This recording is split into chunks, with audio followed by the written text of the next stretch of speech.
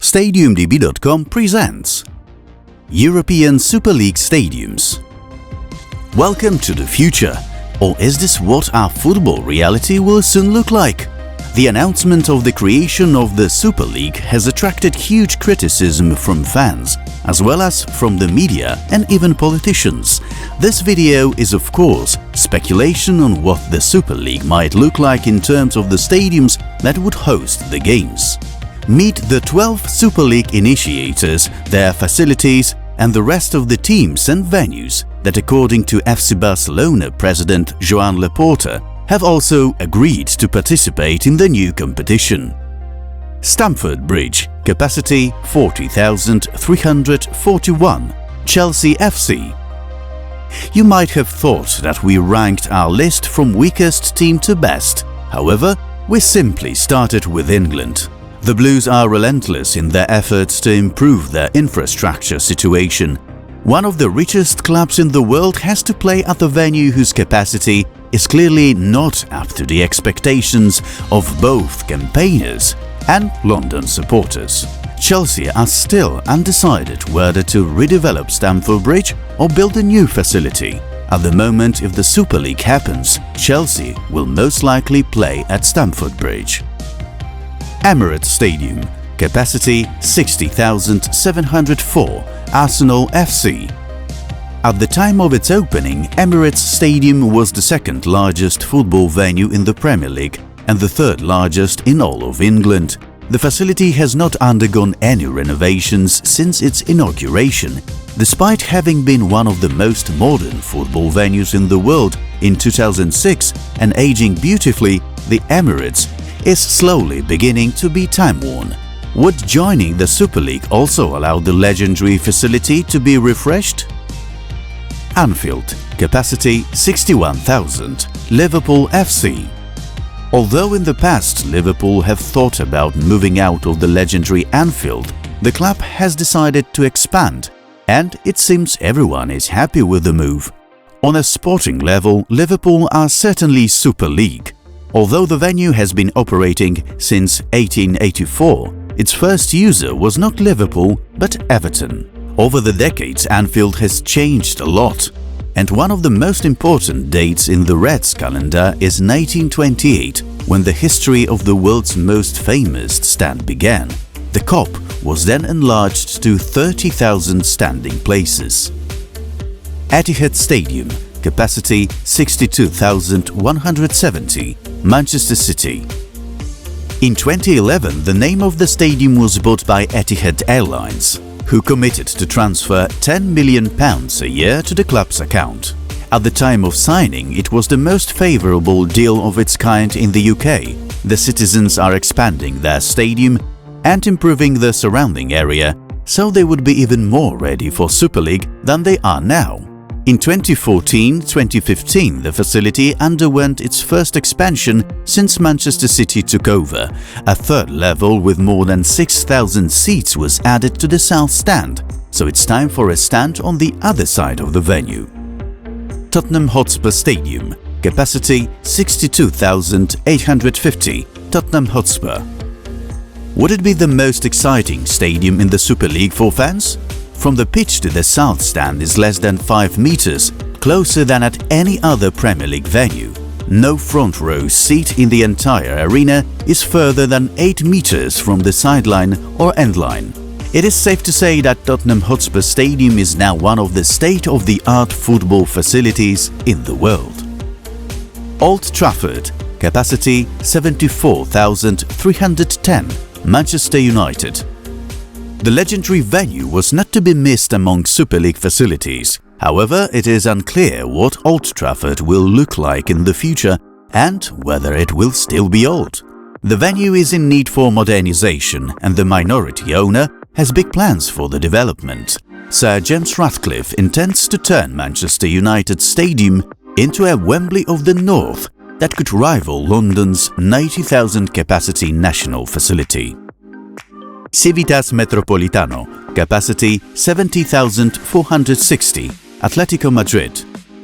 The smaller of Madrid's future Super League stadiums was being eyed by the NFL. but its representatives preferred Bernabéu in the center of the capital. Fortunately, the Superleague will fit both arenas. Metropolitano's current appearance is the result of one of the most spectacular redevelopments in the stadium history. Once an athletic venue with a distinctive main stand, today it is one of the most recognizable facilities with an impressive roof. Estadio Santiago Bernabéu, capacity 84,744, Real Madrid. Florentino Perez is a football revolutionary. Without him, the shape of current football in Europe would certainly be different, and his accurate decisions and masterful management have kept Real Madrid on top. The Spaniard is behind the Super League and other changes in the world of football, and one of his dreams was also a revamped Bernabéu. Perez's plan has come to fruition, and now the facility located in the heart of Madrid awaits its next challenges. Will one of them turn out to be the Super League? We're halfway through our tour of the future, so it's a good time to subscribe to our channel if you haven't already done so. We'll do our best not to disappoint you. Spotify Camp Nou, capacity 105,053, FC Barcelona. Camp Nou is like the Bernabéu's bigger but poorer brother. Sporting success is on Los Blancos' side, but it is the Blaugranas stadium that will be the biggest in the world after the renovation. Barcelona president Joan Laporta is another prime mover behind the Super League. If this one came to fruition, Spotify Camp Nou would, of course, be the biggest facility of the competition. Allianz Stadium, capacity 41,507, Juventus FC. One Italian team that is keen to join the Super League is Juventus. Turin has a compact venue that would be the almost inconspicuous as part of the stands are below ground level, but towering over it are massive pylons in the national colors. The arena is a rare example in Europe when a large stadium is demolished and a much smaller facility is built in its place. If the Super League comes to Turin, there will be no complaining about empty stands, as there is now in Serie A. San Siro, capacity 75,817, AC Milan and Inter. In 1947 it was decided that matches at the San Siro would be played by both Milan and Inter. Since 1980, meanwhile, the stadium has been named after Nerazzurri and Milan player Giuseppe Meazza. Now Inter is planning a new stadium in Rozzano that is expected to have a capacity of 70,000 spectators. Will we see the Milanese clubs in the Super League at their own separate venues? It is not just Nerazzurri who are thinking of moving out. Also, the attempts to keep the Rossoneri at the recognizable Italian venue have not been successful. Milan are planning to move out, and a project has been drawn up for their new 70,000 capacity stadium in San Donato. The facility would be ready for the start of the 2028-29 season. Now it's time for the rest of the stadiums about which Joan Laporta said they are willing to participate in the Super League.